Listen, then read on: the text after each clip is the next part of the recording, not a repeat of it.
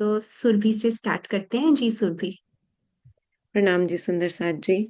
सबसे पहले हीर हमें वाणी गायन से शुरुआत करवाएंगी। हीर।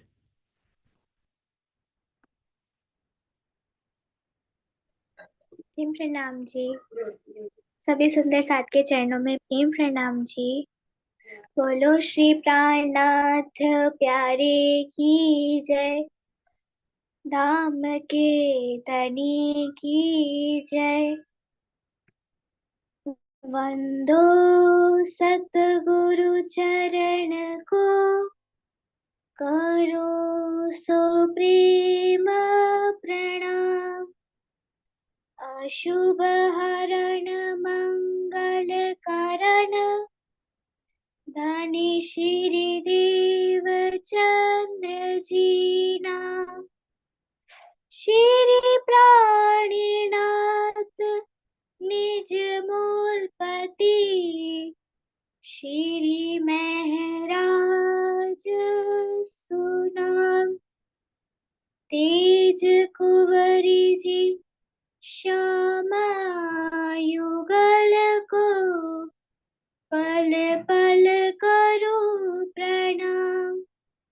पिया जी को पल पल करो प्रणाम। प्रेम प्रणाम जी। सभी सुंदर साथ के चरणों में प्रेम प्रणाम जी। आज मैं आप सबके समक्ष एक बहुत प्यारा सा कीर्तन गाने जा रही हूँ। प्रेम प्रणाम जी। उसका नाम है फरेबी लिए जाए। प्रेम प्रणाम जी। मैं स्टार्ट करूँ? आप स्टार्ट करो। फरेबी लिए जाए मेरी रूह तू आँखा खोल। फरेबी लिए जाए मेरी रूह तू आँखा खोल। बीच बका के बैठ गीते किन सो किया कौन।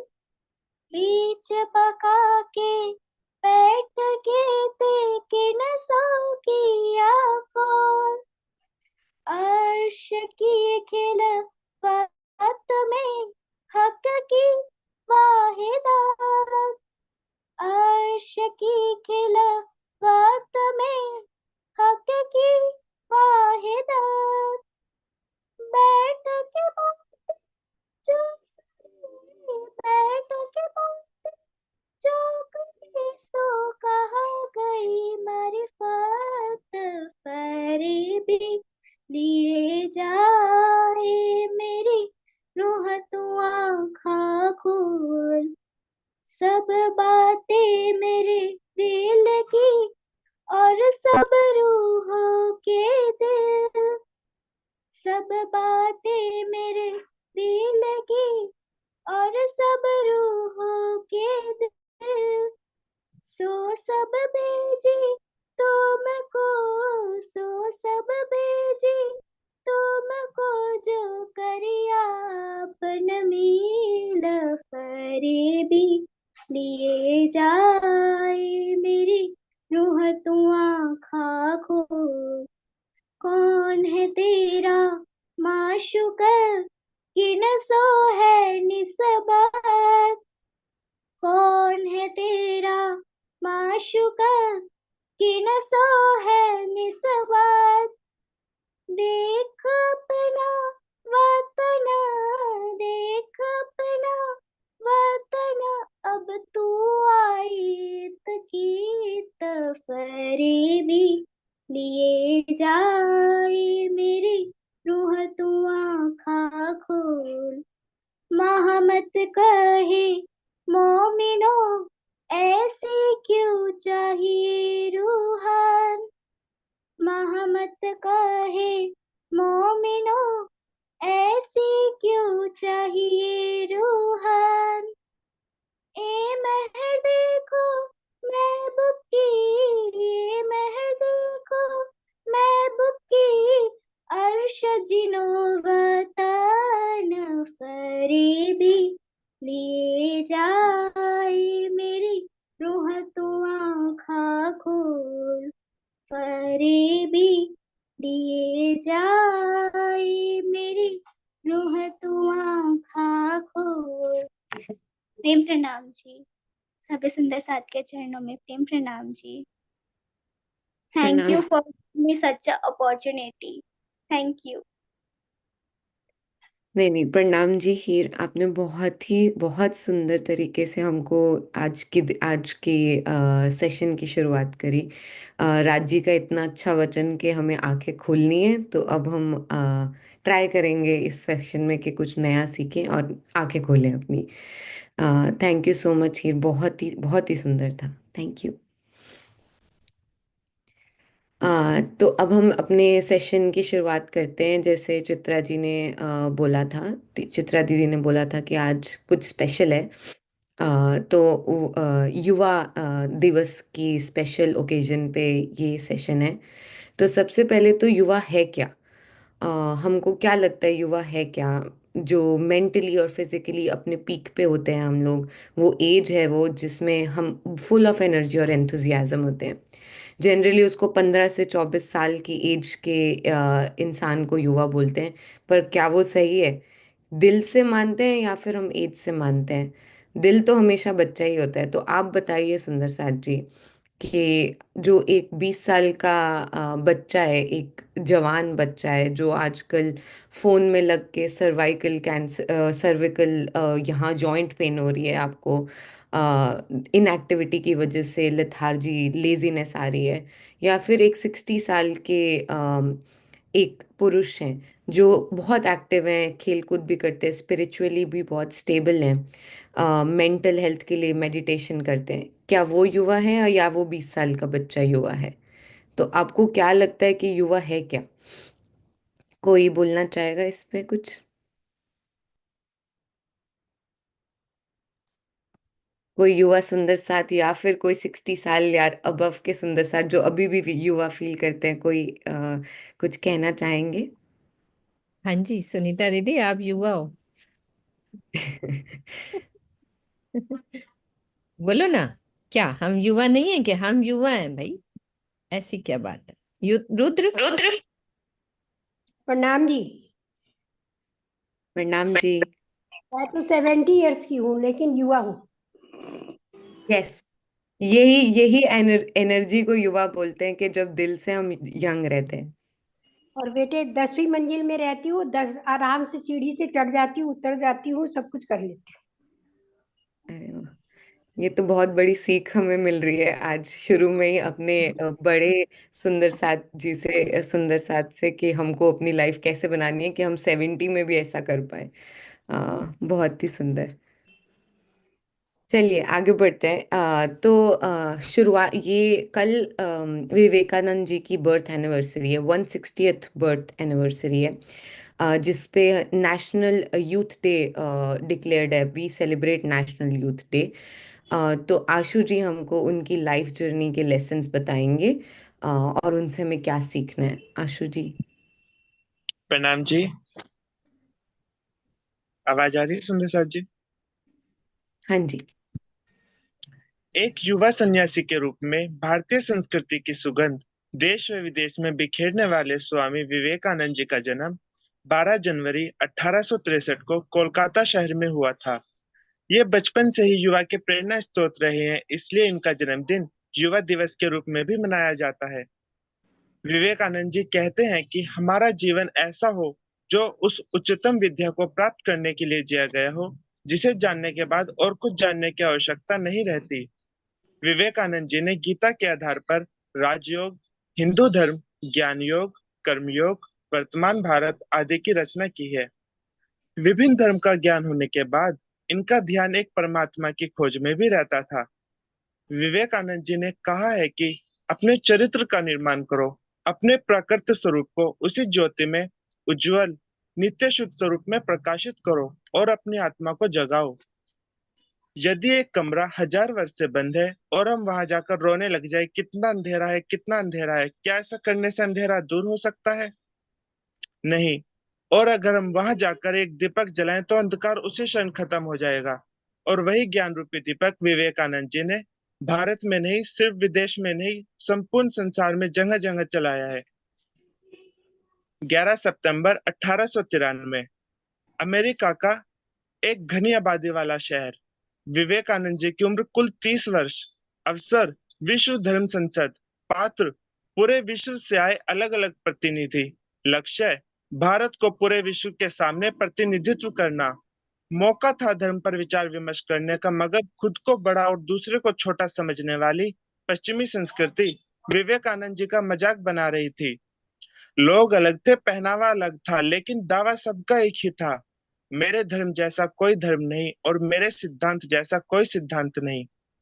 कुछ देर बाद विश्व धर्म संसद पर स्वामी विवेकानंद जी का नाम पुकारा गया।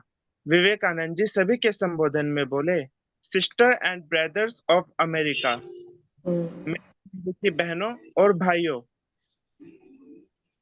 सुंदर साथ जी, एक प्रश्न है, ऐसा क्या था इन शब्दों में कि हर व्यक्ति की दिल की गहराई तक ये शब्द जा पहुंचे? तालियों की गूंज रुकने का नाम ही नहीं ले रही थी। ऐसा क्या था इन प्रश्नों में? बताइए कोई, सुंदर साथ जी।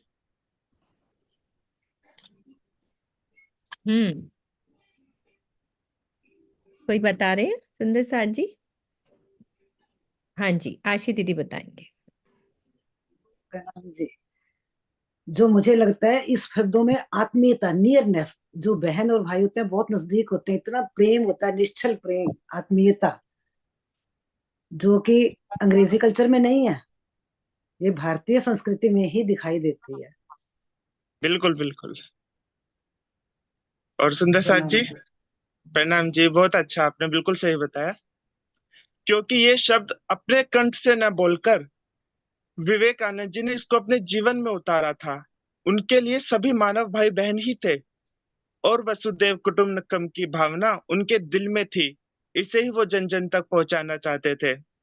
और जैसा कि आपने बताया, उनके हमारे भारतीयों में भाई बहन की जो भावना दिल में थी, वो सब आगे उन्होंने कहते हैं, आपने जिस प्यार और अपनेपन से मेरा स्वागत किया, आपने जिस प्यार और अपनेपन से मेरा स्वागत किया, उसके लिए मैं आपका आभारी हूँ। जबकि सभी ने विवेकानंद जी का स्वागत बड़ी घृणा से किया था, मगर विवेकानंद जी ने अपने दिल में कोई कड़वाहट नहीं आने दी।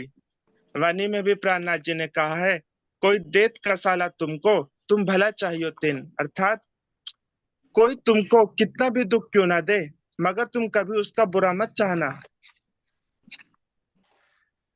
उनके कई नारे हैं जो आज भी युवा में जोश उमंग भर देते हैं, आज भी हमें प्रेरित करते हैं। उन्हीं में से एक नारा है, उठो, जागो और तब तक मत रुको जब तक लक्ष्य की प्राप्ति न हो जाए।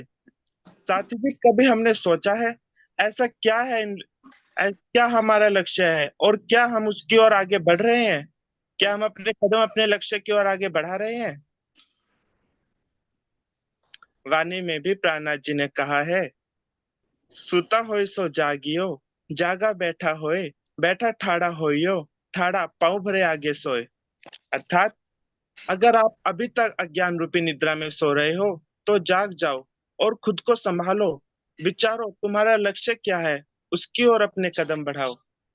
4 जुलाई 1902 को ध्यान करते हुए कुल 39 वर्ष की आयु में वो समाधि में लीन हो गए। इन्होंने अपने विचार से न केवल भारत हमें प्रेरणा दी, भारत को पूरे विश्व में गौरवान्वित भी किया।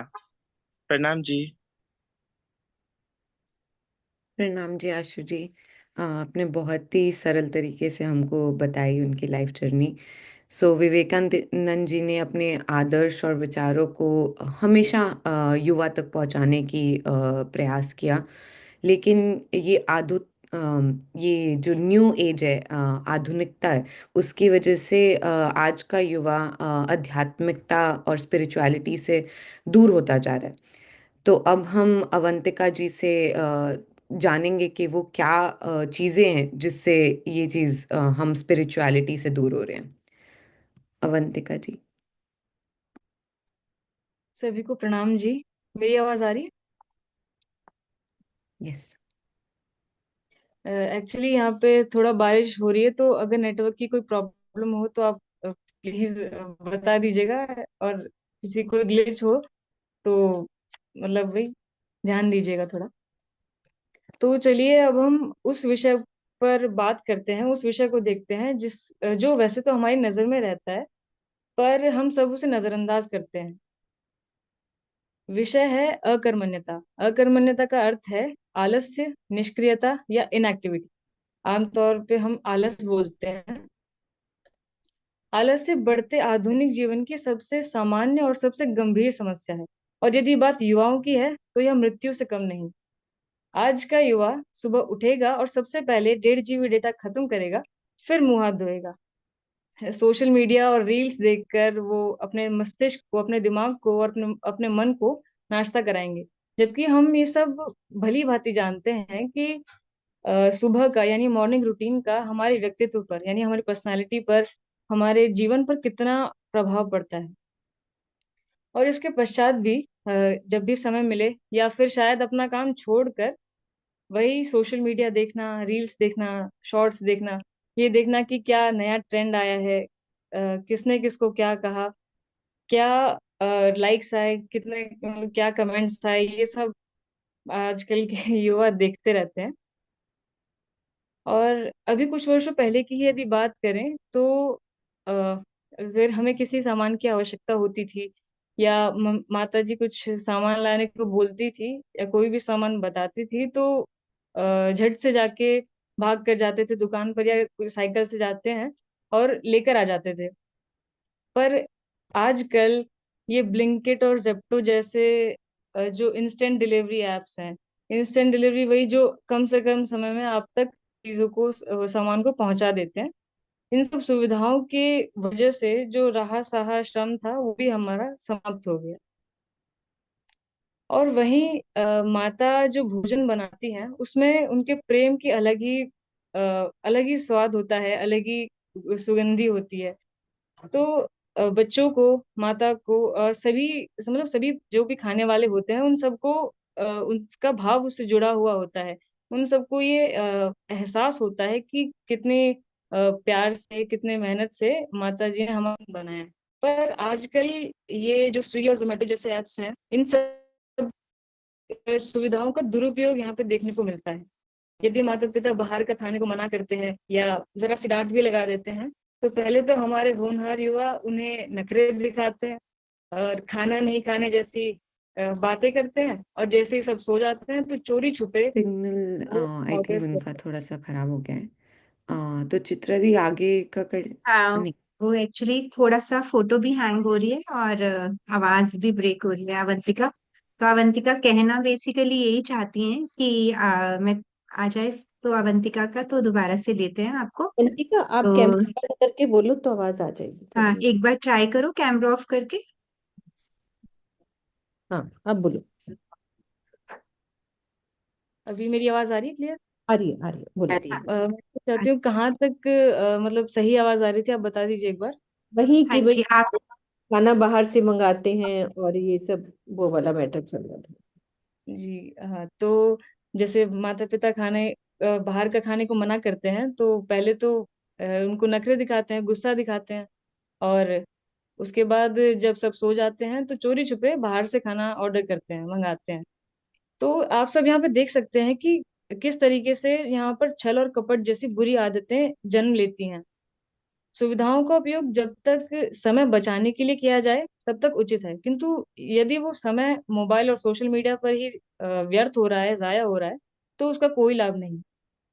और इसी से संबंधित आजकल के युवा रात में देर तक जागने और सुबह देर तक सोने के भी आदी हो चुके हैं।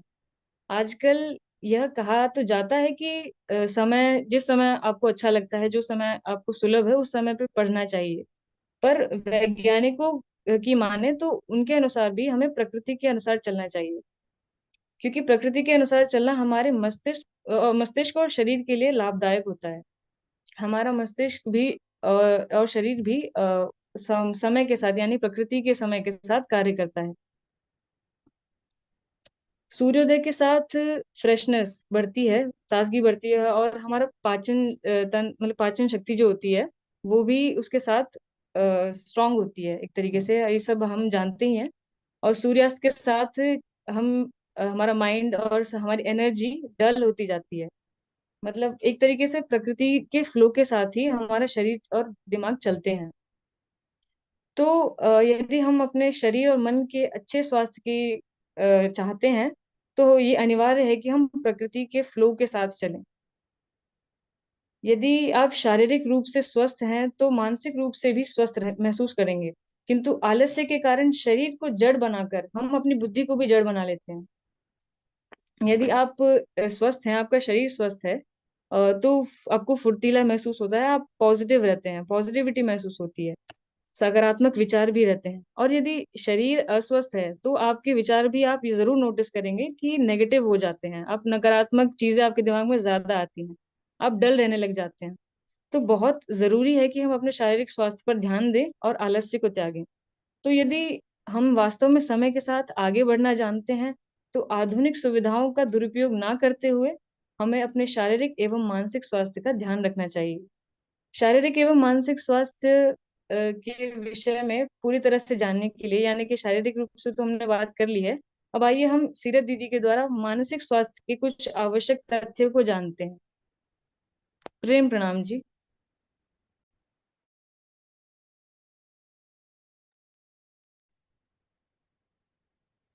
प्रणाम जी अवंतिका। जी सीरत। प्रणाम जी सुंदर साथ जी। दीदी मेरी आवाज ठीक आ रही है?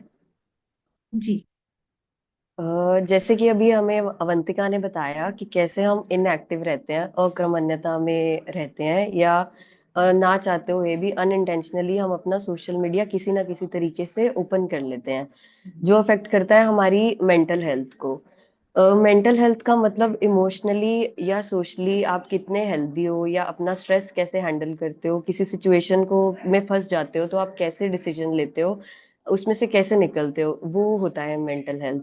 मेंटल हेल्थ का मतलब हमेशा खुश रहना नहीं है, क्योंकि मेंटल हेल्थ में आपको एक सिचुएशन से बाहर निकलने का तरीका ढूंढना है, और ना कि हमेशा खुश रहने का।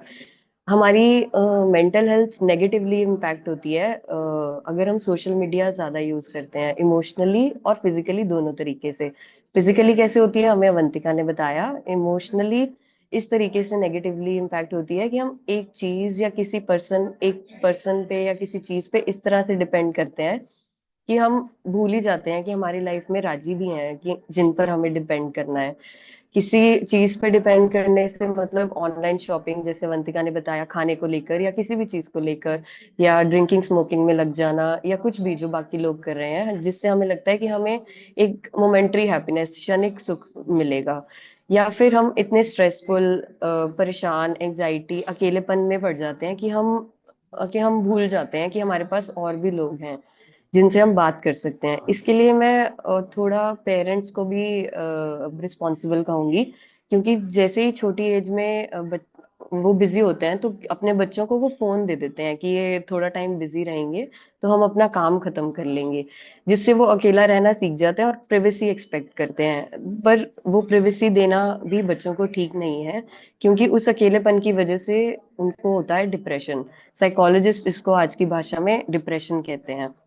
डिप्रेशन एक ऐसा वर्ड है जिसने हमारे यूथ को इतना वीक कर दिया है कि हम भूल जाते हैं कि ये पुराने समय में सिर्फ इसलिए यूज होता था कि किसी को नीचा दिखाने के लिए यूज किया जाता था, किसी की पोजीशन को या किसी की डिग्निटी को। पर आप सब मुझे एक बात बताइए कि अगर आप ब्रह्म सृष्टि होने का दावा लेते हैं, तो क्या आप अपने आप को नीचा दिखा सकते हैं? तो डिप्रेशन वर्ड इतना डोमिनेटिंग है कि इसने कई लोगों को सुसाइड तक लेके भी गया है। और इंडिया में पिछले साल तक नंबर ऑफ सुसाइड केसेस 1,71,000 रहे हैं, जिसमें से 18 से 45 साल के लोग 70% हैं 1,71,000 में से। और ये नंबर सिर्फ एक भी हो तो भी पूरा घर बर्बाद करने के लिए काफी है। मैं ये नहीं कह रही कि हम लो नहीं फील कर सकते या हमेशा ही खुश रहना है, बट हमें अपना वो पर्पस याद रखना है कि हम इस दुनिया में क्यों आए हैं, इस वर्ल्ड में क्यों आए हैं, किसके लिए आए हैं, किसके साथ आए हैं। और शायद इसीलिए हम इस क्लास में बैठे हैं। इसमें वाणी की एक चौपाई भी है। मान के देख अखंड फल पाइया, सो क्यों पाए के वृथा घुमाइयो। ए तो अदकिन को अवसर, सो गमावत मांच नींदर। इसका मतलब है कि हम मान के देख अखंड फल पाइए, कि हमें जो ये मानव तन मिला है उसे हम वेस्ट ना करें। सो क्यों पाए के वृथा घुमाइए, उसे हम वेस्ट क्यों कर रहे हैं? क्योंकि ये हमें सिर्फ कुछ क्षण के लिए मिला है। कुछ क्षण का मतलब ये नहीं है कि सिर्फ 1 सेकंड के लिए मिला है, और इसका मतलब है कि हम कभी भी इस दुनिया से जा सकते हैं, कि हमारा पता ही नहीं है कि अगला पल है भी या नहीं है। तो हमें इसको अज्ञानता में या नींदर में या अपना इधर उधर टाइम वेस्ट करके नहीं गंवाना चाहिए। और अच्छी जगह राज्य में या किसी और स्पिरिचुअलिटी में यूज करना चाहिए, ताकि हम थोड़ा खुश रहें। मैं हम सब ब्रह्म सृष्टियों के लिए डिप्रेशन वर्ड यूज नहीं करूंगी, क्योंकि अगर यूज नहीं करूंगी क्योंकि अगर हम सब लो फील करते हैं, स्ट्रेस्ड फील करते हैं, अकेलापन लगता है, तो मुझे दीप्ति दीदी ने सिखाया था 1 मिनट 1 आवर सॉल्यूशन। 1 घंटे में 1 मिनट भी आप राजी को याद करोगे, तो आपको जो कॉन्फिडेंस, जो स्ट्रेंथ, जो ताकत, जो आप प्रोटेक्टेड फील करोगे, वो शायद कोई और कभी फील नहीं करता। तो आइए अकेलेपन से एकांत की ओर, क्षणिक सुख से निज आनंद की ओर बढ़ने का ये सफर मिलके तय करते हैं। प्रणाम जी। बहुत ही अच्छे से सीरत ने हमें बताया। बहुत ही अच्छी चीज़ है 1 minute in 1 hour. I think every minute every hour if we just राज्य को 1 मिनट याद करेंगे, तो आई थिंक हमारा हर 1 घंटा, एक दिन, एक साल, पूरा पूरा स्टेप बाय स्टेप अपने आप ही अच्छा होगा। तो अभी हमने जाने बहुत सारी ये इनएक्टिविटी और मेंटल हेल्थ लाइक हाउ कैसे इम्पैक्ट करता है हमें। बहुत ही आई थिंक ये टाइम ऐसा है जिसमें बहुत ज़्यादा प्रेशर रहता है, करियर प्रेशर है, सोशल प्रेशर है, इतना सब कुछ चल रहा है। तो उस चक्कर में हम इस स्टेज पे पहुंच जाते हैं कि जब हमें मतलब मेंटली एंड फिजिकली बहुत ही डिटेरियोरेटेड, बहुत ही खराब चल रहा है हमारा, और हम युवा नहीं फील करते। तो अब ये जो जीव हमको मिला है, जैसे मान्या ने बताया, ये बहुत ही मुश्किल से मिलता है वैसे। मतलब ऐसा नहीं है कि बहुत इजी है, तो हमको we have to make the most out of it. Raj ji ने जब ये दिया है, खेल दिखाया, और उसका जो हमें आउटपुट निकालना है, तो उसको हमें इसी इसी लाइफ में करना है, इसी जीवन में करना है। तो अब हमें मान्या जी बताएंगी कि अब आगे कैसे चलना है। ये प्रॉब्लम्स हो गई, अब सॉल्यूशंस क्या है हमारे पास। मान्या। प्रणाम जी। मेरी आवाज ठीक आ रही है सबको? आज का मेरा विषय है सेल्फ स्टडी एंड अवेयरनेस। तो सेल्फ लर्निंग का मतलब होता है खुद को लाइफ के हर क्षेत्र में बेहतर बनाना, बीट मेंटली, फिजिकली और spiritually. It means improving one self. और अवेयरनेस का अर्थ होता है अपने थॉट्स, इमोशंस और बिहेवियर को समझना। आप कौन हैं, आप सिचुएशंस में कैसे रिएक्ट कर रहे हैं, और आपके एक्शंस का दूसरों पर क्या प्रभाव पड़ रहा है। It means introspection. लेकिन आज हम देखें तो सब अपने अंदर देखने की जगह बाहरी माया को ही देख रहे हैं। हम दूसरों को देख कर ही जी रहे हैं कि ये फर्स्ट कैसे आ गया, या इसकी प्रमोशन मेरे से पहले कैसे हो गई। हम प्रेम और ज्ञान लेने की जगह जेलसी और कंपेटिटिवनेस की फीलिंग के साथ ही रह रहे हैं। This is all a result of a lack of faith.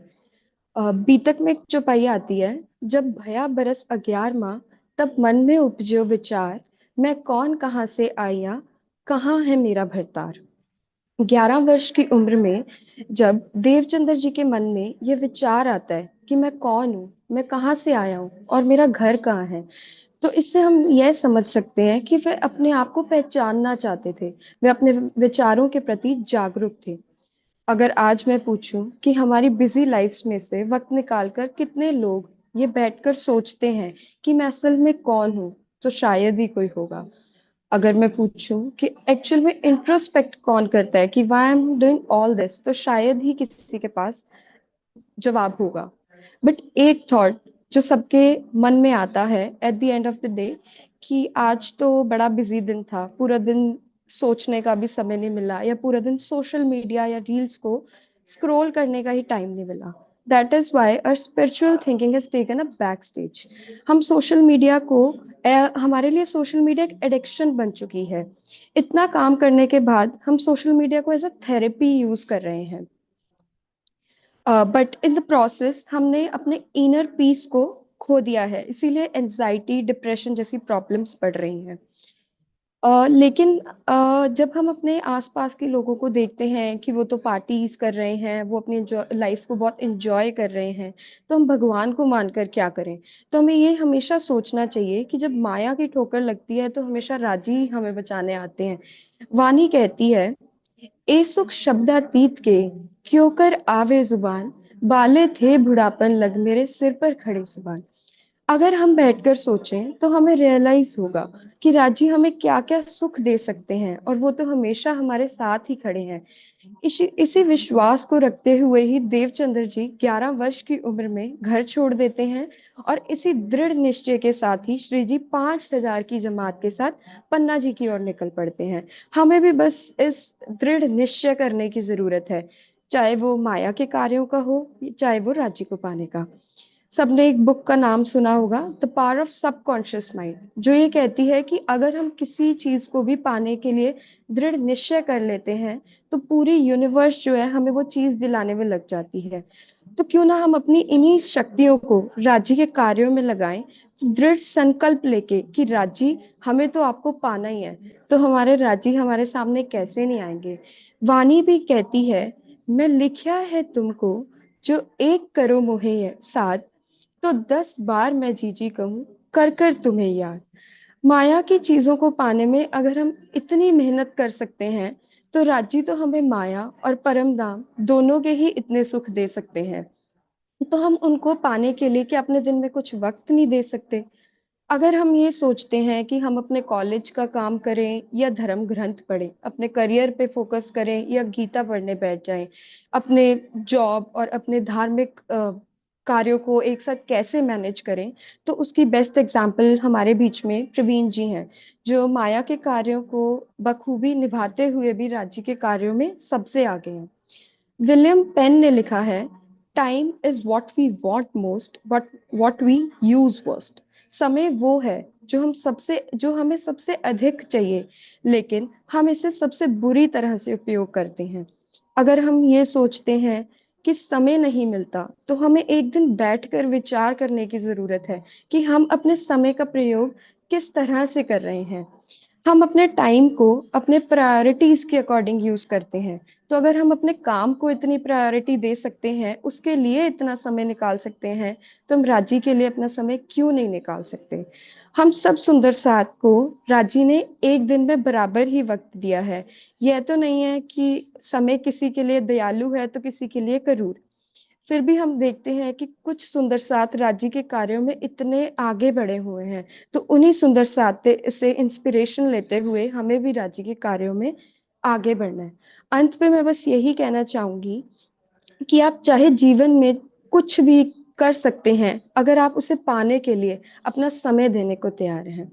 तो इन्हीं शब्दों के साथ मैं अपनी वाणी को विराम देना चाहती हूँ।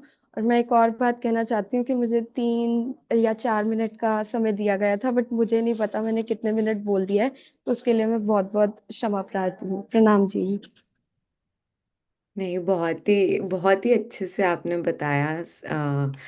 मान्या, बहुत ही इजी, आई थिंक सॉल्यूशन काफ़ी सिंपल तरीके से आपने बता दिया। इम्प्लीमेंट करना आई थिंक थोड़ा मुश्किल है, but solution it is right there. बस राज्य के लिए टाइम निकालना है और सब कुछ लाइन में आ जाएगा अपनी लाइफ का। आई थिंक बस वही है। और अब हम देखते हैं कि वो सुंदर साथ जो वो युवा जिन्होंने ये एक्चुअली किया है, उनकी लाइफ जर्नी से हम क्या इंस्पिरेशन ले सकते हैं, अब उनसे थोड़ा सा सीखते हैं, जो अभी नए नए युवा सुंदर साथ हमारे बने हैं। तो मैं सबसे पहले बुलाऊंगी राधिका एंड सोनी। वो सिस्टर्स हैं। तो वो अपनी जर्नी थोड़ा शेयर करेंगे हमारे साथ। अ, हाँ हाँ जी बेटा। प्रणाम। प्रणाम जी सुंदर साथ जी। प्रणाम जी दीदी, आवाज आ रही है?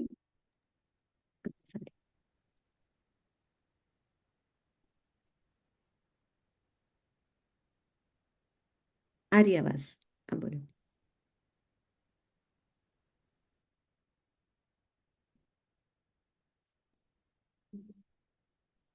जब से मैं चितवन करने लगी, तब से मुझे बहुत ही आनंद, अंदर से आनंद की अनुभूति होती है।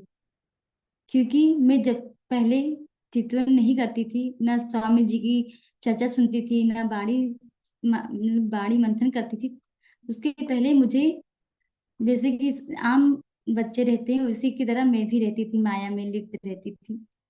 जब से मैं स्वामी जी का इस यूट्यूब पे, मैं पहले तो जानती भी नहीं थी, मैं स्वामी जी को भी नहीं जानती थी।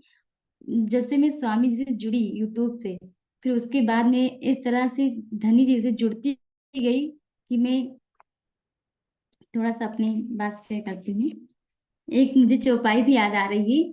प्रियतम मेरे प्राण के आत्म के आधार, ये दिल भीतर देखियो अति बड़ो विस्तार। क्योंकि धाम धनी कहते हैं कि हम जब तक हम चितौनी में नहीं बैठेंगे, तब तक हम अपने प्राण प्रियतम को भी नहीं पा सकते। यही चीज बार बार स्वामी जी भी हम लोग को प्रेरित करते हैं। और जैसे कि अभी सभी दीदी एंड भैया ने भी बताया कि जो मेंटल मतलब मानसिक जो होता है, वो सब डिप्रेशन में जा रहे हैं। तो ये सोशल मीडिया ये सब जो ज्यादा उसमें सब बिजी रहते हैं, तो थोड़ा ये चितौनी जब हम लोग करते हैं तो उसमें हम लोग को हेल्प मिलती है, बहुत मदद होती है। और हम जो हमारे अंदर गुस्सा आता है एंड ये अहंकार क्रोध जो होता है उसे हम निकाल सकते हैं।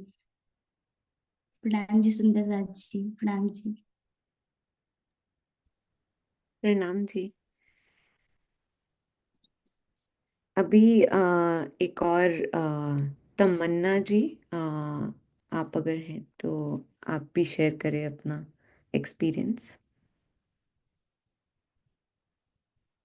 आराम से खाया जाए। Sorry Surabhi, just to interrupt you, Radhika के साथ सोनी भी है शायद से। सोनी बोल रही है राधिका, उन्होंने भी बोला था कि वो अपने अनुभव शेयर करना चाहती हैं। हाँ जी दीदी, बोला था बट वो इस समय नहीं। अच्छा जी, ठीक है, कोई बात नहीं, thank you, sorry. Ji Surabhi, continue. Tamanna ji से हम सुनेंगे और इंस्पायर होंगे अभी और। प्रणाम जी सुंदर साहब को। मेरी आवाज आ रही है? हाँ जी, हाँ जी। हाँ जी। तो मैं पहले थोड़ा अपने बारे में बताना चाहूंगी कि पहले मैं कैसी थी जब मैं नहीं जुड़ी थी। तो पहले मैं जब अपने घर में जब पहली व्यक्ति हूँ जो राज्य के साथ जुड़ी है, मेरी फैमिली में और कोई नहीं है जो भी राज्य के साथ जुड़ा है। तो मैं हमेशा लॉस्ट, जैसे अभी दीदी मान्या दीदी ने बताया कि डिप्रेस्ड, मैं हमेशा वैसे रहती थी। मुझे ऐसा लगता था कि शायद ना, मतलब मेरा कोई रीजन नहीं है लाइफ का। ना आवाज सही आ रही है? एक मिनट बेटा, हेडफोन हम उतार सकते हैं तो बेस्ट रहेगा। हाँ जी, मैं बात। एक बार उतारो, क्योंकि आवाज थोड़ी गूंज रही है बेटा, एक बार उतार के बोलो। एक मिनट आप बोलो। अब आ रही है सही आवाज? राइट। हाँ जी। तो मैं कह रही थी कि जब मैं राजी के साथ नहीं जुड़ी थी, तो जैसे मेरे को अपनी लाइफ का पर्पस नहीं समझ आता था कि मेरी लाइफ का पर्पस क्या है, कि मैं क्यों हूँ। मतलब like I used to feel depressed कि मैं क्यों हूँ इस दुनिया पे, कि वाई आई एम हियर। तो मैं इधर उधर भटकती रहती थी। मुझे ऐसा लगता था कि शायद कोई है नहीं अपना।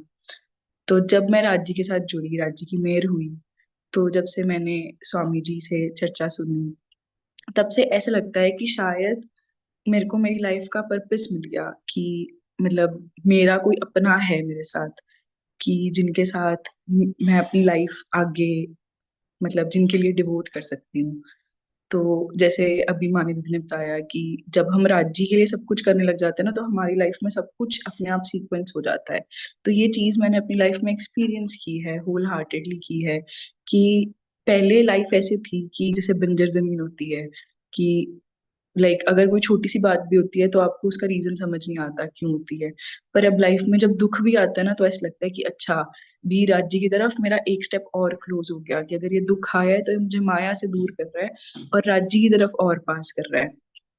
तो बबू माता जी हैं जो मेरे रिलेटिव हैं, उन्होंने मुझे लाइक जोड़ा, राज्य के बारे में बताया, स्वामी जी के बारे में बताया, फिर मैंने तारतम लिया।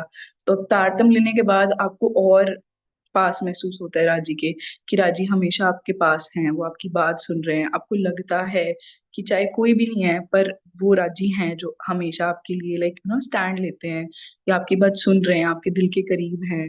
और जैसे स्वामी जी की लाइफ से हमें इंस्पिरेशन मिलती है, प्रवीण जी की लाइफ से हमें इंस्पिरेशन मिलती है कि जब हम राज्य के लिए डिवोट कर देते हैं सब कुछ, तो हमारा बाकी सब कुछ अपने आप सॉर्ट आउट हो जाता है।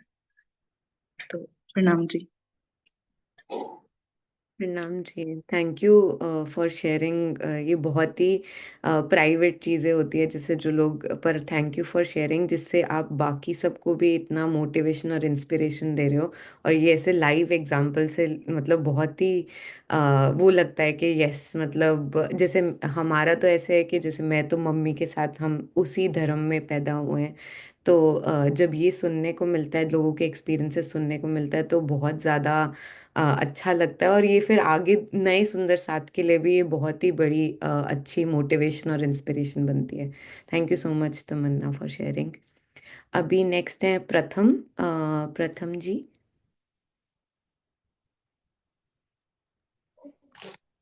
प्रथम ना चला गया, कह रहा नेक्स्ट टाइम बोलूंगा मैं। ठीक है, ठीक फर्स्ट है, टाइम आया था ना, इसलिए हाँ, नेक्स्ट टाइम बोलूंगा। कोई बात नहीं। ठीक है। तो अब हम जो सब हमने अभी सीखा, प्रॉब्लम सॉल्यूशंस, विवेकानंद जी के लाइफ जर्नी के बारे में, अब हम अशोक जी से थोड़ी सी बातचीत करेंगे। वो हमें थोड़ी उनकी लाइफ जर्नी की अलग पर्सपेक्टिव, वो हमेशा कुछ अलग पर्सपेक्टिव लेके आते हैं, वो बहुत ही अच्छा लगता है। तो आज भी हम उनसे कुछ तो नया सीखेंगे। अशोक जी। सभी को प्रणाम जी। देखिए, अलग पर्सपेक्टिव इसीलिए भी ज़रूरी होता है क्योंकि हम सबकी जर्नी ही अलग अलग है ना, तो पर्सपेक्टिव अलग अलग ही होगी। चाहे हमारा कोई कितना भी रेस्पेक्टिव व्यक्ति क्यों ना हो, चाहे हम किसी को कितना भी ज़्यादा रेस्पेक्ट क्यों ना करें, लेकिन हम किसी की भी बात को 100% अपने लाइफ में अप्लाई नहीं करते हैं, नहीं कर पाते, क्योंकि हम उसने जिस सेंस से कहा है हम भी उसी सेंस में समझें, ये जरूरी नहीं है। तो मैं भी ये चाहता हूँ कि आप सभी भी अपना अपना जो पर्सपेक्टिव है वो अलग ही रखें। अलग का मतलब उल्टा नहीं होता है, ठीक है। कई बार हम सोचते हैं कि अलग का मतलब सामने वाले ने जो कह दिया उसका उल्टा ही करना, ऐसा नहीं है। अलग का मतलब इससे और ज्यादा अच्छा भी होता है ना, बेटर वे में। चलिए खैर, हम आज के विषय में आगे बढ़ते हैं। आज का जो विषय है वो है युवाओं को समर्पित, और राज्य की कृपा से आप सभी युवाओं ने बहुत अच्छे से संभाला है आज की कक्षा को। मैं चाहूँगा कि ये क्रम और आगे बढ़े। आज सुरभि दीदी ने बहुत अच्छी एंकरिंग की है, बाकी सभी आशु भाई ने और सीरत, मान्या, अवंतिका, सबने बहुत अच्छे से संभाला है। पर मैं चाहता हूँ कि ये जो क्रम है, एक सुरभि या एक सीरत, एक मान्या में न रुके। अगले युवा दिवस के आने तक हमारे पास कम से कम दर्जन भर एंकर हो, प्रवक्ता हो। और ऐसा कहते हुए मेरे मन में एक और बात आ रही, मैंने सोचा कि बोल ही दूं मैं। मेरे मन में ये बात आ रही कि जब सरसावा का वार्षिक उत्सव हो सितंबर में, तो इसी ई गुरुकुलम की क्लास में से सीनियर और जूनियर दोनों में से भी हमारे पास कुछ प्रवक्ता हो और कुछ एंकरिंग की सेवा करने वाले भी हो, कि एक स्टेज, एटलीस्ट वन स्टेज जो है वो ई गुरुकुलम को समर्पित किया जाए, जिसमें एंकरिंग से लेकर के वाणी गायन से लेकर के, आज हीर का मैंने शायद पहली बार सुना होगा, बहुत सुरीली आवाज है।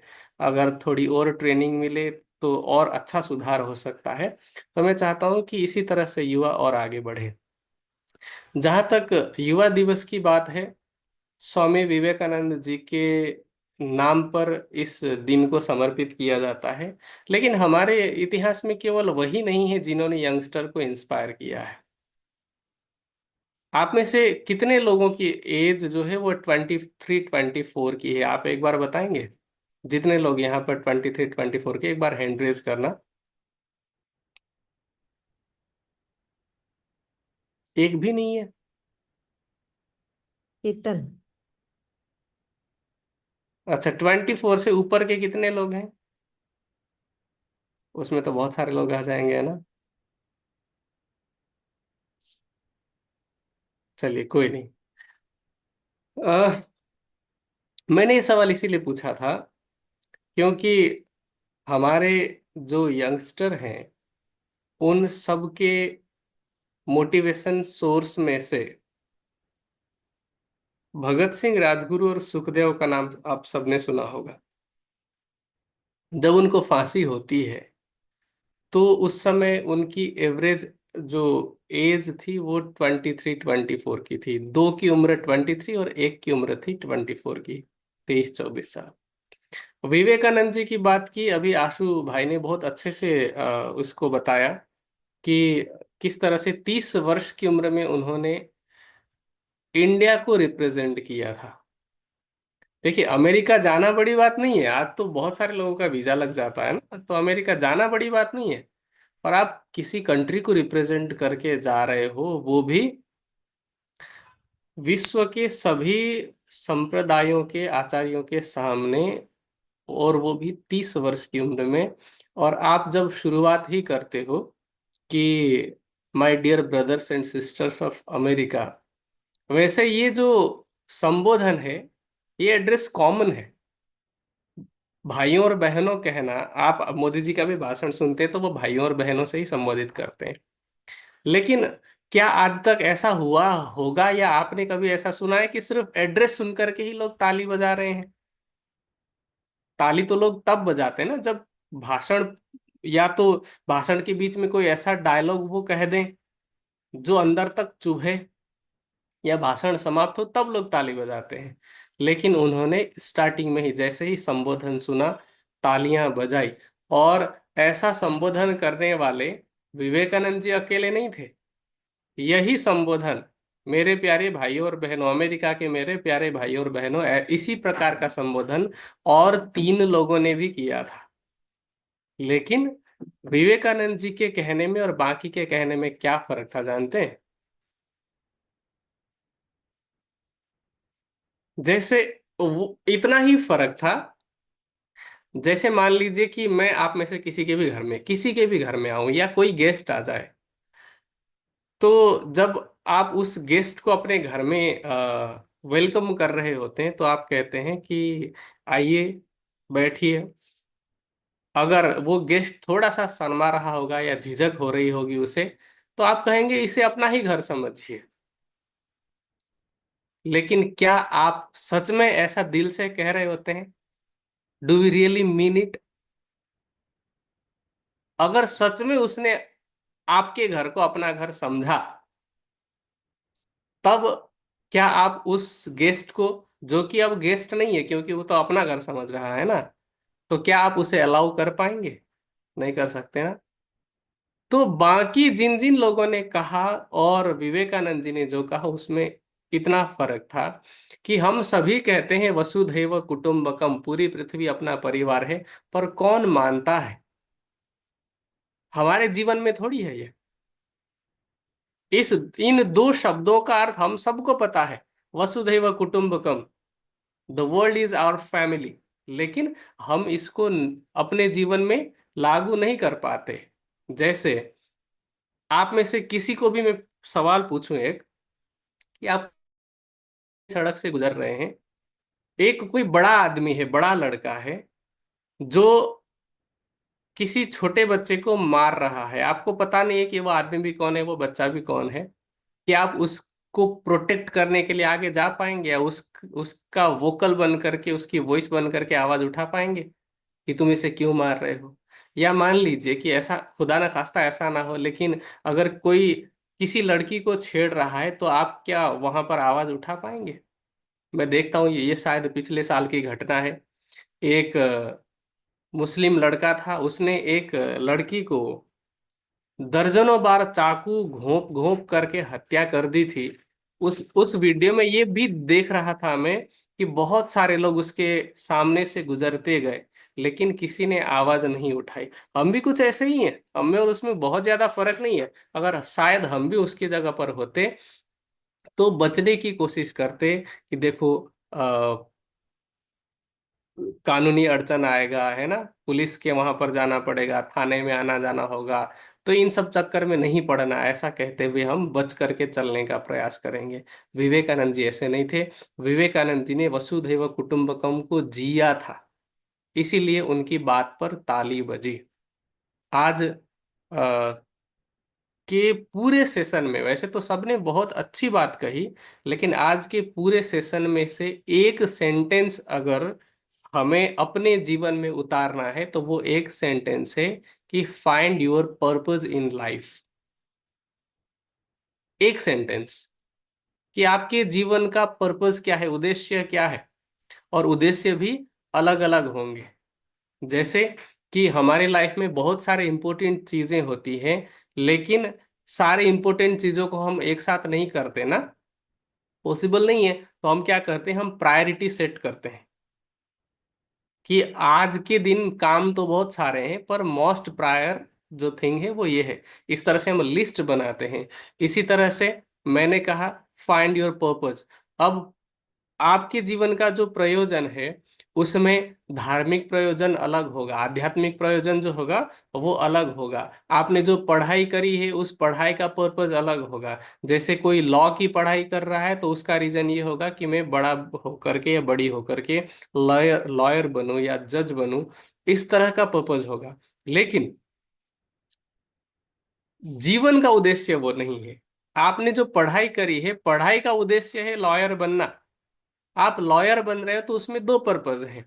देखिए ये तो जेन्यून बात है कि आप केवल लोगों की सेवा के लिए तो पढ़ाई नहीं कर रहे हैं, आपका पर्पज जॉब ही तो है। आप कहीं ना कहीं उसको जॉब के वे में ही देख रहे हैं, लेकिन साथ में ये भी है कि यदि मैं उस जॉब में रहते हुए, उस पद पर रहते हुए लोगों की सेवा कर पाई, ज्यादा से ज्यादा लोगों को जस्टिस दिला पाई, तो वो फिर कहीं ना कहीं आपके लाइफ पर्पज से जुड़ा होगा। लेकिन उसके बाद क्या, एक समय के बाद कहीं ना कहीं तो वो सब चीजें छूटेंगी ना। तो उसके बाद क्या, तो जो मेन पर्पज होगा लाइफ का वो अलग होगा, शॉर्ट टर्म जो गोल्स होंगे वो अलग होंगे। तो हमें पर्पज खोजने की जरूरत है। आज के यंगस्टर के मन में ये जो बात है, आज डिप्रेशन एंजाइटी की बहुत सारी बातें करी, जहां तक मैं समझता हूँ शायद सीरत जी ने करी थी। मैंने ये बात कई बार कही है कि आज से 25 साल पहले भी राज्य की कृपा से मुझे बचपन से लेकर के अब तक की अपने जीवन की घटनाएं तो याद ही है। तो मैंने कभी आज से 15-20 साल पहले ये एंजाइटी डिप्रेशन जैसे शब्द सुने ही नहीं थे। ठीक है, ये पिछले कुछ 8-10 सालों में सुनने को आ रहा है कि किसी को एंजाइटी के अटैक्स आ रहे हैं, कोई डिप्रेशन में चला जा रहा है। क्या इससे पहले लोगों के जीवन में तनाव नहीं आते थे? ठीक है। और ये बहुत अच्छी बात कही, नाम मुझे पता नहीं पर किसने ये बात कही, हाँ शायद सीरत जी की ही बात है, कि पहले ये डिप्रेशन जैसे शब्द को बहुत नकारात्मक समझा जाता था। मैं आपको एक जब वो ये बात कह रही थी तो मुझे ये दृष्टांत याद आया। ये दृष्टांत सबको पता है। ये किसके साथ घटित हुई घटना, अर्जुन और कृष्ण जी के बीच में। अर्जुन को कहीं ना कहीं तनाव था इस बात का कि एक तरफ तो पूरे पूरी खानदान है विरोधी के रूप में, और मैं इनको जीत करके या इनके साथ लड़ करके राज्य पा भी लूंगा तो क्या करूंगा। और जब इतनी बात का तनाव था, इतनी सी नहीं, इतनी बात का इन द सेंस कि यदि हमारे सामने हमारे विरोध में 5 लोग खड़े हो जाएं तो आज हम एंजाइटी और डिप्रेशन की दवाइयां खाने लग जाएंगे। अर्जुन के विरोध में कितने लोग थे विपक्ष में? 11 अक्षौहिणी सेना। 11 अक्षौहिणी का मतलब होता है लगभग लगभग 30 लाख। अब उन 30 लाख में चलिए सामान्य सैनिकों को नहीं भी जानता होगा, तब भी कौरव जो 100 थे वो उसके भाई थे। ठीक है, उसके अलावा उसके रिश्तेदार के, उसके खुद के मामा भी किसी कारण से विपक्ष में जाकर के उनको युद्ध लड़ना पड़ा था, जिनका नाम था शल्य। ठीक है, भीष्म पितामह जिनकी गोद में वो पला बढ़ा था, उनको मारना था। ठीक है, तो ऐसी बहुत सारी बातें थी। सोचिए कि अब मैं ऐसा कहते हुए एक और बात कहता हूं कि 5 पांडव राजा थे, कहीं ना कहीं राजकुमार तो थे ना, लेकिन उनको उनके साथ क्या होता है, खांडव जो मकान होता है, भवन, वो जल जाता है। उसमें से जैसे तैसे जान बचा करके वहां से निकलते हैं, कई वर्षों तक जंगल में भटकते हैं। उसके बाद युधिष्ठिर की द्यूत क्रीड़ा से, युधिष्ठिर के जुआ खेलने से 12 वर्ष का वनवास और 1 वर्ष का गुप्तवास भोगते हैं। लेकिन कहीं एंजाइटी और डिप्रेशन जैसे शब्द सुनने को नहीं मिले हमें कहीं। द्रौपदी ने क्या क्या नहीं झेला, कुंती ने क्या क्या नहीं झेला, तब भी हमने नहीं सुना। लेकिन आज 15-15 साल के बच्चे बच्चियां कहते हैं कि मुझे एंजाइटी हो रहा है, मुझे डिप्रेशन हो रहा है। इन सब का कारण क्या है कि उनको अपने लाइफ का पर्पस नहीं पता। और जो जितना वेला होता है ना, वेला मतलब जो जितना निठल्ला होता है, कहते हैं blank blank mind is devils house. तो उसके दिमाग में नेगेटिव थॉट्स आते रहते हैं, नकारात्मक विचार आते रहते हैं, और वही नकारात्मकता एंजाइटी की तरफ लेकर के जाती है, एंजाइटी को ट्रिगर करती है, और फिर वही एंजाइटी बढ़ते बढ़ते डिप्रेशन की तरफ चले जाते हैं। लेकिन अगर हमारे लाइफ में पर्पस है, हमारी लाइफ में शॉर्ट टर्म्स गोल्स भी होंगे ना, तब भी हम एंजाइटी डिप्रेशन से बचे रहेंगे। तो आज मैंने कुछ लिस्ट बनाए हैं। मुझे ऐसा लगता है कि इसमें से कोई ना कोई काम हम सभी कर सकते हैं। जिनको भी लगता है कि मैं परेशान हूँ, मुझे मेरी लाइफ का पर्पस नहीं पता, अभी बात करते करते मैंने कुछ लिस्ट बनाए थे। सबसे पहले कि हेल्प फॉर चिल्ड्रन, बच्चों की मदद करना। किन बच्चों की? मैं कई बार ट्रैवल कर रहा होता हूँ, मुझे ट्रैफिक सिग्नल पर बच्चे दिखते हैं, रेलवे स्टेशन पर बच्चे दिखते हैं, बस स्टेशन पर बच्चे दिखते हैं, या कहीं पर भी रेस्टोरेंट के सामने बच्चे दिखते हैं। मुझे ऐसा लगता है कि इन बच्चों की मदद होनी चाहिए। लेकिन एक व्यक्ति के माध्यम से तो पूरा काम नहीं हो पाता है। ठीक है, तो जहां आप ऐसी परिस्थिति देखें, अगर आपके पास समय हो, तो आप उन बच्चों की मदद कीजिए। नॉट फाइनेंशियली, पैसा दे करके नहीं, क्योंकि पैसा तो बहुत बड़ा ये स्कैम चलता है बच्चों के नाम पर। आप उनको पैसा देंगे, उनसे कोई और छीन लेगा। लेकिन अगर ऐसा माध्यम बने, आप उनको एजुकेशन देने का माध्यम बने, तो आप कोशिश करें कि आप उनको सिखा पाएं। मैं तो ये भी चाहता हूं कि यदि आपके आसपास में ऐसे बच्चे अवेलेबल है, अगर आपको ऐसे बच्चे मिलते हैं, आप दिन का 1 घंटा निकाल करके उनके पास बैठिए, उनको फ्री में पढ़ना लिखना सिखाइए, ट्यूशन वगैरह दीजिए।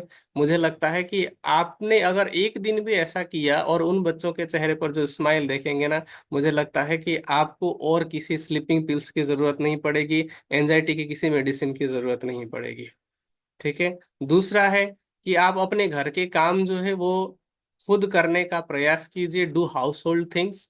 क्योंकि इससे क्या होगा, एक तो आपका फिजिकल भी आप एक्टिव रहेंगे, और दूसरा कि आप मेंटली भी इंगेज रहेंगे किसी चीज में, तो ये एंजाइटी डिप्रेशन जैसी चीजों का आने का टाइम ही नहीं मिलेगा। Anxiety and depression are all negative thoughts. Swami Dayanand Saraswati ji को किसी ने पूछा कि आपके मन में कभी ऐसे नकारात्मक विचार नहीं आते, काम क्रोध लोभ मोह इत्यादि? तो वो कहते हैं कि आता है, पर मेरे कुटिया के दरवाजे तक आता है, लेकिन मुझे बिजी देखता है तो वो वहीं से चला जाता है। हमारे साथ भी ऐसा ही होगा अगर हम अपने काम खुद करेंगे तो। ठीक है, तीसरा है कि do physical exercise. Physical exercise बहुत जरूरी है। आज के समय में जो व्यक्ति डेली फिजिकल एक्सरसाइज करता होगा, उसको इस तरह के अटैक आना पॉसिबल ही नहीं। विवेकानंद जी की बात चल रही है, मैं आपको एक बात बताऊं। आप सोचेंगे कि विवेकानंद जी तो धर्मगुरु थे, ऐसा कैसे कह दिया। विवेकानंद जी की एक किताब में मैंने एक सेंटेंस पढ़ा था, उन्होंने लिखा कि अगर कोई मुझसे पूछे कि कोई युवा आकर के मुझसे पूछे कि मुझे गीता पढ़नी चाहिए कि फुटबॉल खेलना चाहिए, तो मैं कहूंगा कि गीता मत पढ़ो, फुटबॉल खेलो। क्योंकि गीता कर्मयोग की बात करती है, और फुटबॉल खेलना अपने आप में एक कर्मयोग है। फुटबॉल खेलना प्रैक्टिकल है। तो केवल पढ़ना नहीं, अपने लाइफ में कर्मयोगी बनना। तो इसीलिए फिजिकल एक्सरसाइज बहुत जरूरी है, मेडिटेशन बहुत जरूरी है। मेडिटेशन का मतलब कि आप सबको तो राज्य की मेयर से चितवनी का इतना अच्छा उपाय बताया है, इतना अच्छा मार्ग मिला है। अगर किसी को इतना पता भी नहीं है, तब भी डेली सुबह आसन करके, फिजिकल स्ट्रेचिंग करके, थोड़ी देर प्राणायाम करके, 15-20 मिनट, आधा घंटा भी माइंडफुलनेस, जिसको आजकल की भाषा में कहते हैं ना, इतना भी मेडिटेशन करता है ब्रीदिंग पर फोकस करके, तब भी उसकी एंजाइटी की जो समस्या है वो धीरे धीरे समाप्त होगी। रात को जिसको नींद नहीं आती है, खाना पहले तो समय पर खाएं, और खाना खाने के बाद जब 3 घंटे का गैप हो, अगर नींद नहीं आ रही है, तो आप अनुलोम विलोम कीजिए। थोड़ी देर करते करते आपको लगेगा कि मुझे नींद आ रही है। और नींद नहीं आ रही तो या तो कोई किताब खोल करके बैठिए। मुझे लगता है कि the books are best sleeping pills. ठीक है। इसी तरह से पांचवा है develop a positive hobby like music, संगीत की तरह। इसके साथ कोई भी हो सकता है, म्यूजिक हो सकता है, ड्राइंग, पेंटिंग, कुछ भी हो सकता है। इस तरह की हॉबी डेवलप कीजिए। गार्डनिंग है, ठीक है, टीचिंग है। टीचिंग भी एक हॉबी हो सकती है, सिर्फ जॉब के लिए टीचिंग नहीं करनी है। जैसे मैंने कहा ना कि बहुत सारे ऐसे लोग हैं जिनके पास तक अभी एजुकेशन नहीं पहुंचा है, तो आप अपने वे में उनको पहुंचाइए। फ्री ट्यूशन क्लास दीजिए, जो स्कूल जाते हैं उनको दीजिए। इससे क्या होगा कि आपको लग रहा है कि हम फ्री में कर रहे हैं, पर फ्री में कुछ नहीं हो रहा है। बदले में आपको जो मिल रहा है वो मेरे ख्याल से बैंक बैलेंस से ज्यादा कीमती है। इसी तरह से अपने आसपास की साफ सफाई में, ठीक है, तो इन सब चीजों में आप ध्यान देंगे तो मुझे लगता है कि ये सब जितनी भी समस्या है ना आज के यंगस्टर की, ये एंजाइटी, डिप्रेशन, ये कहीं दूर दूर तक भी नहीं आएंगी। तो आज के युवा दिवस में मैं आप सभी को शुभकामना देते हुए, क्योंकि सभी युवा हैं, कोई उम्र से युवा हैं, कोई विचारों से, सोच से युवा हैं, तो आप सभी युवाओं को, और आत्मा से तो सभी युवा ही है सदा सर्वदा, है ना, तो आप सभी युवा युवतियों को शुभकामना देते हुए मैं यही कामना करता हूं कि मैंने जो कुछ पॉइंट्स बताए हैं उस पर जरूर ध्यान दें। आज मैं रेलवे स्टेशन गया था किसी काम से, तो ये जो इमेज आपके सामने स्क्रीन पर दिख रही है, विवेकानंद सरस्वती जी की के नाम पे बुक स्टॉल है वहां पर, भक्ति वेदांत बुक स्टॉल करके। तो बाय चांस बुक स्टॉल बंद था, मैं कुछ किताबें लेना चाहता था, लेकिन मैंने वहां पर कुछ फोटोज देखे, जिनमें से ये सबसे ज्यादा इंस्पायरिंग लगी, जिसको मैंने क्लिक करके चित्रा दीदी के पास भेजा था। इसमें लिखा है कि समस्त शक्ति तुम्हारे भीतर है, तुम कुछ भी कर सकते हो और सब कुछ कर सकते हो, यह विश्वास करो। आप सबको बस विश्वास करने की जरूरत है। और विश्वास करने का मतलब इमेजिनेशन नहीं, ट्रस्ट करना है और उस पर वर्क करना है। क्योंकि शक्कर शक्कर बोलने से मुंह मीठा नहीं हो जाता है ना। तो आपको ट्रस्ट भी करना है, एफर्ट भी करना है, दोनों चीजें बहुत जरूरी है। आप सभी युवाओं को एक बार फिर से, क्योंकि युवा दिवस की शुभकामनाएं कल है, तो एक बार फिर से सभी को युवा दिवस की शुभकामना। सभी अपने जीवन में सकारात्मक परिवर्तन लाएं, सबको अपने अपने जीवन का लक्ष्य मिले। परब्रह्म की प्राप्ति तो हमारी आत्मा का लक्ष्य है ही, पर जीवित रहने के लिए भी कुछ ऐसे लक्ष्य की आवश्यकता पड़ेगी, वो लक्ष्य आप सभी को मिले। इसी कामना के साथ मैं अपने वाणी को विराम देता हूँ। अब मिलेंगे कल सुबह की गोष्ठी में, तब तक के लिए सभी को प्रणाम जी। प्रणाम जी। सभी सुंदर साथ जी के चरण कमल में हमने आज बहुत सारी समस्याएं और उनके समाधान सुने। अब हमें उन्हें अपने आचरण में लाना है, जैसे कि अशोक भैया ने समझाया। तो ठीक है सुंदर साथ जी, कल गोष्ठी में मिलते हैं और अगले शनिवार फिर से मिलेंगे। प्रणाम जी, सभी को प्रणाम। हमारे प्यारे युवा सुंदर साथ की सेवा आज बहुत प्यारी, और इनको आशीर्वाद मिल गया है। अब तो अब ये इसी तरह से आत्म जागृति के रास्ते पर खुद भी चलेंगे और हमें भी चलाएंगे। प्रणाम जी, आपकी शक्तियां आपके भीतर है। इसी के साथ जयकारा लगाते हैं। बोलिए श्री प्राणनाथ प्यारे की जय। जय श्री सद्गुरु महाराज महाराज की की जय। जय। पन्ना धाम की जय। सर्व सुंदर जय साथ साथ की की जय। जय। जय।